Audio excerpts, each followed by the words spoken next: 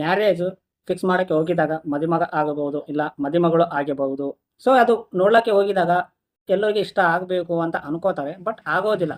ಮದುಮಗನಿಗೆ ಇಷ್ಟ ಆಗಿದ್ರೆ ಫ್ಯಾಮಿಲಿಗೆ ಒಪ್ಪೋಲ್ಲ, ಫ್ಯಾಮಿಲಿಗೆ ಇಷ್ಟ ಆಗಿದ್ರೆ ಮದುಮನಿಗೆ ಒಪ್ಪಲ್ಲ. ಸೊ ಏನೋ ಒಂದು ಕೆಲವೊಂದು ಫ್ಯಾಮಿಲಿ ಸಲುವಾಗಿ ಬಲವಂತವಾಗಿ ಮ್ಯಾರೇಜನ್ನು ಮಾಡ್ಕೋತಾರೆ, ಇಲ್ಲ ಯಾವುದೋ ಒಂದು ಕಾರಣಕ್ಕೆ ಮಾಡ್ಕೋತಾರೆ. ಫಾರ್ ಎಕ್ಸಾಂಪಲ್, ಯಾರೇ ವ್ಯಕ್ತಿ ಆಗಲಿ, ನೀನು ನೋಡಿದವ್ರನ್ನ ಎಲ್ಲರಿಗೂ ಇಷ್ಟ ಆಗ್ಬೇಕು ಅನ್ಕೋತೀಯ.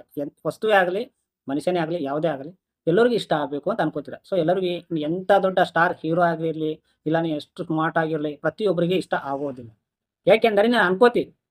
ಸೊ ನೀ ನೋಡೋ ವ್ಯಕ್ತಿನ ನೀನು ಇಷ್ಟಪಟ್ಟಿದಂತ, ನಿನಗೆ ಇಷ್ಟ ಆಗಿದಂತ, ನಿಮ್ಮ ಫ್ಯಾಮಿಲಿಯಲ್ಲಿ ಪ್ರತಿಯೊಬ್ಬರಿಗೆ ಇಷ್ಟ ಆಗೋದಿಲ್ಲ. ಕೆಲವೊಬ್ಬರು ಕಾಂಪ್ರಮೈಸ್ ಆಗುತ್ತಾರೆ, ಕೆಲವೊಬ್ಬರು ಅಡ್ಜಸ್ಟ್ಮೆಂಟ್ ಆಗಿ ಯಾರು ಇಷ್ಟ ಅವ್ರು ಬಿಟ್ಟು ಬಿಡುತ್ತಾರೆ.